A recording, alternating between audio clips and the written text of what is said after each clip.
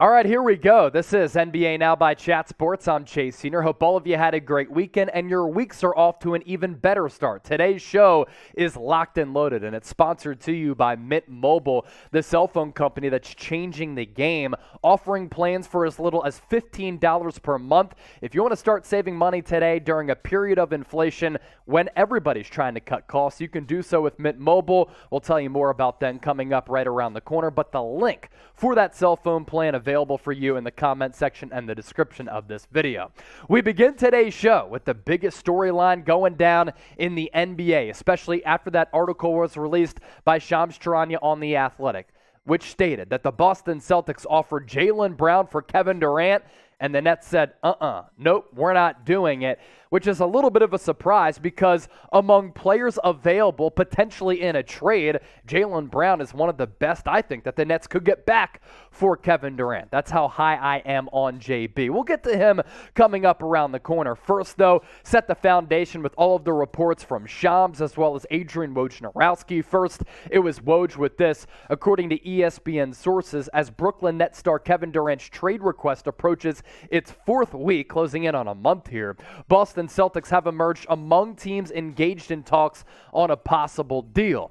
Shams saying this: the Celtics have offered a Jaylen Brown package to the Nets for Kevin Durant, which Brooklyn turned down and countered. Now, this is the reported Celtics offer for KD, a walking bucket, a generational talent. We'll probably never see a player like Kevin Durant again, given the body type and the all-around game, but this is the offer right here. And if you're the Nets, you get back Jaylen Brown, that's great. But the surrounding periphery pieces just aren't good enough. You got to include Marcus Smart, Grant Williams, and maybe some future picks. The Nets would receive JB, Derek White, and a draft pick in exchange for Kevin Durant. There are better offers out there. Now, when I said I was surprised that the Nets turned down JB, it's because how good of a player he is. But there's no doubt that the Nets want to get back more for Kevin Durant, given his level of play and the fact that he's still in his prime. As last year, he averaged nearly 30 points per game. More from Shams on this trade. Currently, the Celtics are less inclined to include Smart along with multiple other players or pick assets, but the franchise is mulling over the next steps on how to approach discussions. As of right now, the Celtics have emerged as a serious possibility as a landing spot for KD. They have tremendous interest in bringing him in and view him as a piece that could take them over that final hurdle. Although there is work to be done, there is a deal to be had, and that would suffice the Nets' overwhelming ask. Now, the Nets will struggle to get back a player better than Jaylen Brown in any trade that's out there, whether it be from the Miami Heat, Oklahoma City Thunder, New Orleans Pelicans. I don't think the Phoenix Suns are any longer in that equation because they re-up with DeAndre Ayton, and he can't be traded because of that contract until January. But JB is a rising stud. I think it's safe to say he's one of the top 25 players in the NBA because of his impact on both ends of the floor. And for KD, if you're Boston, you just sniffed a title. You went 6 games against the Golden State Warriors, who over the last 8 years have made 6 NBA Finals trips, including 4 championships. KD can put the Celtics over the top. If you lose JB, that's a huge loss, right? But Kevin Durant can fulfill that need and fill in those shoes because he, too, a very good two-way player. Now, obviously, he's older. He's 34. Jaylen Brown's still in his mid-20s, and I think that Brown can even become better. But the Celtics title window, given the current construction of this roster and the fact that the pressure is always on to win in Boston, is a little bit short. And Kevin Durant helps you win a championship in the immediacy of the moment. So the Nets right now have said no. But what would you do? Would you give up Jaylen Brown for Kevin Durant? I want to hear from all of you in the comment section right now. Why for yes or N for no? More on this time from Woj. The Celtics consider all NBA forward Jason Tatum off limits in any trade talks, but Boston is able to construct a package for Durant that could include Brown and as many as 3 unprotected first-round picks, 2025, 27, and 29, and 2 pick swaps in 24 and 26. Brown, 25, He's got 2 years, $56 million left on his current contract. The Celtics appear no closer to acquiring Durant than others in discussions with the Nets. But Boston's ability to include all-star forward Jaylen Brown as a centerpiece in offers does help make the team formidable in its pursuit, sources said. And it's formidable because of the player who Jaylen Brown has become over the last couple of years. It's crazy. I want all of you to do your due diligence. Go back and just go onto YouTube after the show and type in Jaylen Brown California highlights. He was a raw, unrefined prospect who needed to add so much to his overall game. Now, you looked at the athletic prototype and you said to yourself, okay, he can become something down the road, but I don't think anybody envisioned that Jaylen Brown would end up being who he's become the last 2 years.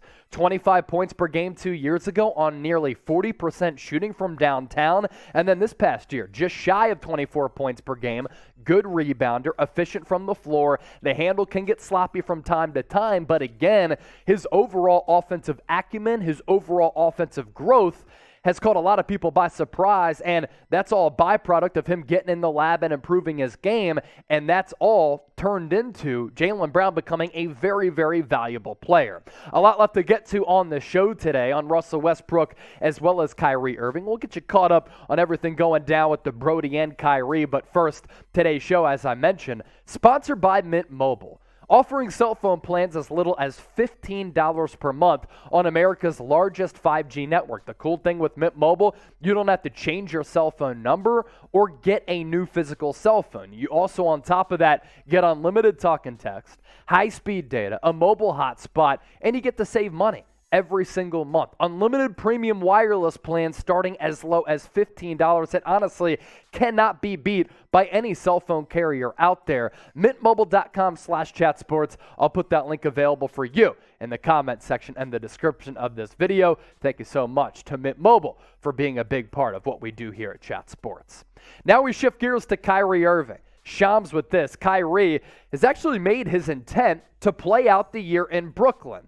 Now, it appears as though he wants to play in Brooklyn as long as Kevin Durant also returns to the Nets. Shams also saying if the Nets can trade Kevin Durant, they'll pivot probably to trading Kyrie Irving, and Irving is under contract for 1 more year after he opted in to his player option. I'll tell you this, I put together a list of my top 10 starting lineups for a segment here at Chat Sports, and the Brooklyn Nets have to be on that top 10. Because they have a solid team if, under this condition, they bring back Kyrie and Kevin Durant and no trades take place. Not only is the starting 5 really good with a walking bucket in Kevin Durant and a magician with the basketball in Kyrie Irving, but Nicholas Claxton, good, big, and serviceable for this team. Joe Harris was out pretty much all of last year, but he can really make it rain. And if you put Ben Simmons in that Draymond Green role as a primary passer and operator out of the high post and a guy who can really hang out in that dunker spot and give you next level defense and premier passing, it's a really good team. Also to mention, the bench is really good. Patty Mills, Seth Curry, Cam Thomas, Royce O'Neal, TJ Warren, that team right there, that's a pretty good lineup. Only if, though, KD and Kyrie stay in Brooklyn. So do you think that's going to happen? Another one of our big poll questions that we're cooking up for today's show. S for stay, L for leave. You sound off and you let me know.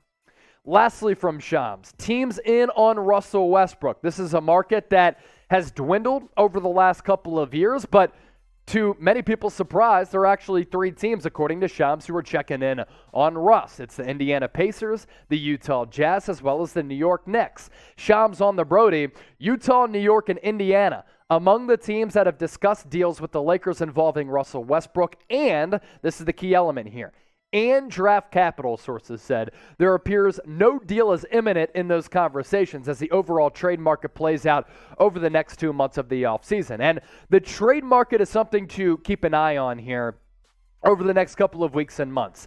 For the first time in a couple of years because of COVID and all of that mayhem, The offseason for the NBA, it was totally mayhem. And these teams, executives, players, the NBA as a whole barely had a regular offseason. Everything was delayed. Everything was just kind of jumbled together because of the coronavirus, right? So for the first time in a couple of years, there is actually a normal offseason. So following the NBA Summer League, which wrapped up 2 weekends ago, everybody's finally going on vacation to enjoy the down months of the NBA calendar year before training camp gets underway until September. So that's why it's interesting to kind of monitor the trade market here. Will trades happen when everybody is trying to just lay low with the fam away from the game of basketball? And then once they come back from vacation, is that when the trade market is going to heat up? Something to look for coming up over the next couple of weeks and months. Before we hop on out of here with this particular segment, grade Russell Westbrook as a player